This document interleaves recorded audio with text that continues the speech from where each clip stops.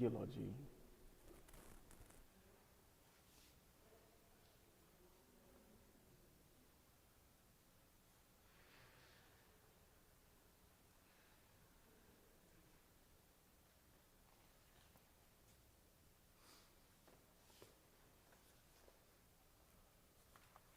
I'm going to need a minute too.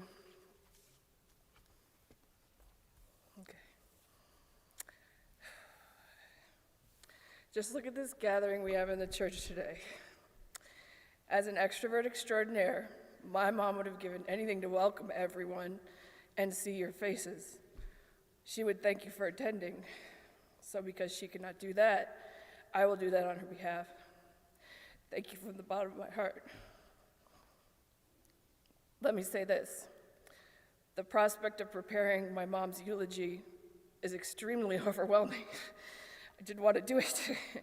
I owe my mom credit for instilling the courage in me to read it and not to melt yet.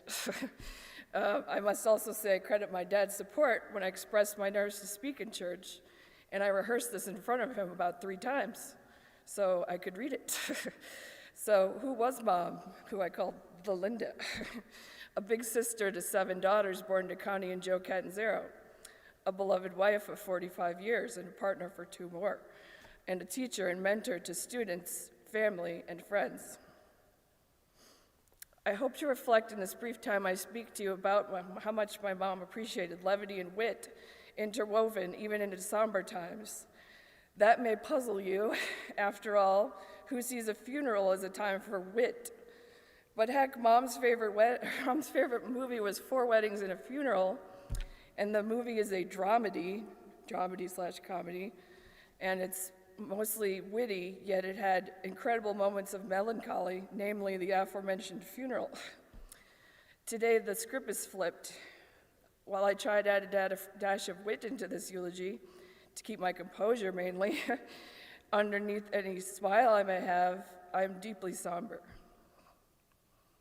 As Pat had mentioned, Mom's children, Dan, Pat, and me, meant everything to her.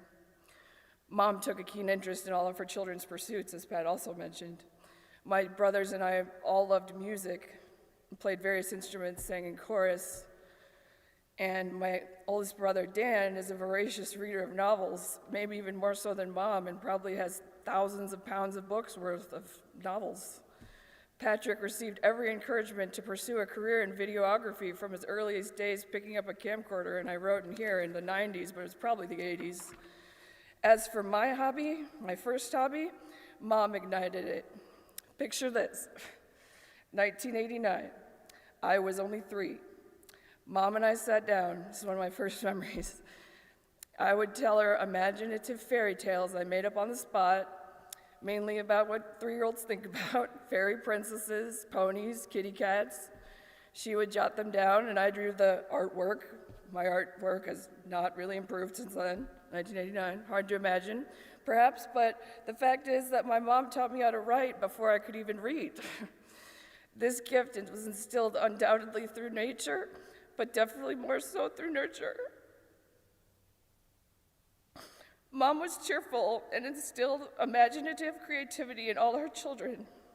As for me, instilling cheerfulness was particularly challenging as I am admittedly very moody. For example, my friend Whitney, who is here today, my best childhood friend, reminded me that my mom would wake us up in the morning during our many sleepovers as kids to sing us good morning from the Singing in the Rain, you know, good morning, it's great to see your face, good morning to you. Can't sing it that well right now, sorry. That memory was deeply archived in my mind, but when Whitney reminded me, I recalled it clear as a bell. Mom even let us pursue interests in me that weren't exactly in line with her own. For example, she knew I loved animals, namely cats and horses. Mom was a horse show mom for years when I competed at horse shows in my teenage and early 20 years. And those of you who know me personally know I'm a bona fide crazy cat lady and have been pretty much since I was probably in the womb. I wrote so many stories about cats, starting in the first grade when I could pick up a pencil and write my own stories without Mom writing them down for me. So, 3 years after I had graduated first grade, my first grade teacher, Mrs. Wilson, found a stray cat in her neighborhood, and she looked up the Boberg home phone number, the landline back then. Mrs. Wilson asked for Linda. She said, "I remember your daughter's love of cats due to her many stories she wrote in my class." Many stories, many were imagined, but anyway, the stray cat we found was named Ichabod, and my mom was asked by Mrs. Wilson, "By any chance, would your family like to adopt this cat?" I'm sure Mom and Dad had long talks about why it was a ridiculous idea, but she eventually relented. His name was Ichabod, the family's first pet cat.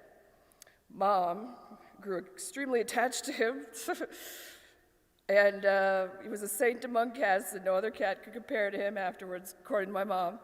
Even though we took in several other cats while I lived with my parents under their roof, she developed a love-hate relationship with them, as I'm sure many of you can relate to for an animal who poops in a box in your house. If you're not a cat person who likes me, who loves them anyway.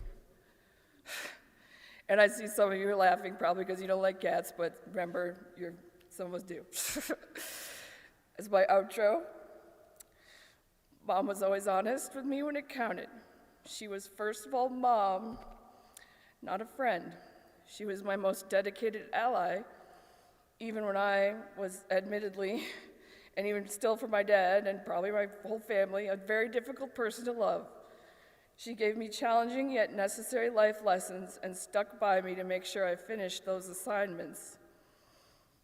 I hope I had at least earned a passing grade.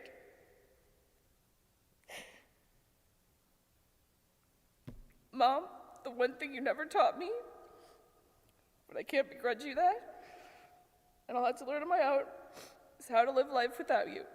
But don't worry, just like that mug says that you always drank your coffee cup in that has now become all faded from being washed so many times, I will keep calm and carry on. And as the line from one of your favorite songs goes, I am titanium. Please watch over me, your favorite daughter. You were 100% titanium, and I aspire to be like you were. Mom, I love you forever. Thank you.